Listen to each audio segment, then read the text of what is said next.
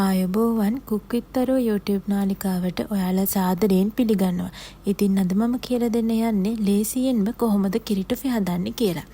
මේ සඳහා අවශ්‍ය කරනවා වැනිලා තේ හැඳි භාගයක්, පොඩි ටින් කිරි එකක්, බටර් මේස හැඳි දෙකක්, සීනි ග්‍රෑම් 400ක් සහ වතුර මිලිලීටර් 200ක් පමණ. මම මුලින්ම භාජනයක් මේ විදිහට ලිපේ තියාගෙන ඒක රත් වෙන්න ඇරලා මේ ටින් කිරි එක මේ විදිහට භාජනයට හලා ගන්නවා.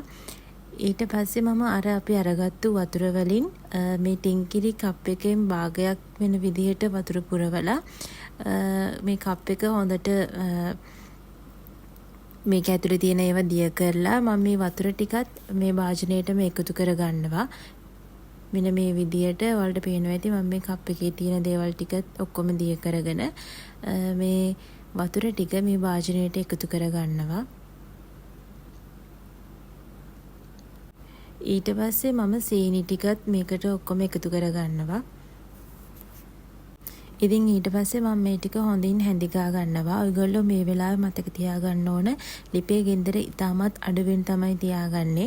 කිරි ටොපි හදනකොට ඉතාම වැදගත් ලිපේ ගින්දර අඩුවෙන් තියාගන්න එක. මේක හොඳට හැඳි ගා ගන්න ඕන. ඉතින් දැන් මේ පේන විනාඩි කිහිපයකට පසු ඔයාලට මේ විදිහට තමයි දිස් වෙන්නේ. ඉතින් තවදුරටත් මම මේක හොඳට හැඳි ගා ගන්නවා. ලිපේ ගින්දර ඉතාමත් අඩුවෙන් තියාගෙන මේක හොඳට හැඳි ගා ගන්නවා. මේ දැන් ඔයාලට පේනවා ඇති මේ මිශ්‍රණය බුබුලු දාගෙන එනවා. ඉතින් මේ අවස්ථාවේදීත් අපි නොනවත්තාම මේක හොඳට හැඳි ගා ගන්න ඕන. ඉතින් මේ පේනවා ඇති ඔයාලට මේක මම තවදුරටත් හොඳට හැඳි ගා ගන්නවා. ඉතින් මෙන්න මේ අවස්ථාවේදී මම මේ වැනිලා ටික මේකට එකතු කර ගන්නවා. මේ වෙලකොට අපේ පදම ටිකක් ඝන වෙන්න අරගෙන තින්නේ. මේ අවස්ථාවේ තමයි මම වැනිලා ටික එකතු කරගත්තේ. ඊට පස්සේ මම මේක තවත් හොඳට හැඳි ගා ගන්නවා. මේ දැන් ඔයාලට පේනවා ඇති අපේ මිශ්‍රණය ඝන වීගෙන එනවා. මේ අවස්ථාවේදී මම අර බටර් මේස හැඳි දෙක මේකට එකතු කර ගන්නවා. ඊට පස්සේ මම මේක හොඳට හැඳි ගා ගන්නවා. මේ අවස්ථාවේදී ලිපේ ගින්දර අඩුවෙන් තමයි අපි තියාගන්නේ. මේක හොඳට හැඳි ගා ගන්න ඕන. ඉතින් මේ විදිහට මේක දිගටම හැඳි ගා ගන්න ඕන. මෙන්න මේක මේ හට්ටිය ඇලෙන්නේ නැති වෙන විදියට තමයි අපි පදම හදා ගන්න ඕන. ඔයගොල්ලන්ට පේනවා ඇති තවමත් මගේ මිශ්‍රණය හට්ටිය ඇලෙනවා. ඉතින් මේක තවදුරටත් අපි හැඳ ගා ගන්න ඕන. ඉතින් දැන් පැය භාගයකට විතර පසුව මෙන්න මේ විදිහට මිශ්‍රණය ඇවිල්ලා තියෙනවා. නිකන් වැලිකට වගේ අහුවෙන තරමට මිශ්‍රණය ආවට පස්සේ අපේ මිශ්‍රණය හරි. දැන් ඔයාලට පේනවා මගේ මේක හට්ටිය ඇලෙන්නේ නැහැ. මේ අවස්ථාවේදී මම මේක ලිපෙන් බා ගන්න ඕන.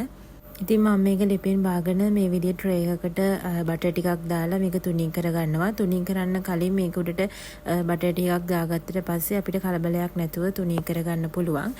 ඉතින් මේ තියෙන්නේ මගේ කිරි ටොෆි මිශ්‍රණය. දැන් මම මේක මේ විදිහට කපා ගන්නවා. මේ දැන් ඔයාලට පේනවා ඇති මම කපා ගත්තට පස්සේ කිරි ටොෆි ටික මේකට ඔයාලට පුළුවන් කජු ඇඩ් කරන්න. මේ තියෙන්නේ මම හදාගත්තු කිරි ටොෆි ටික. ඉතින් මේක ඉතාමත් කිරි රසයි. ඔයාලට පුළුවන් මේක try කරලා බලන්න අලුත් අවුරුද්දට. ඉතින් මේ වගේ රෙසිපීස් දිගටම බලා ගන්න අපිව subscribe කරලා තියාගන්න.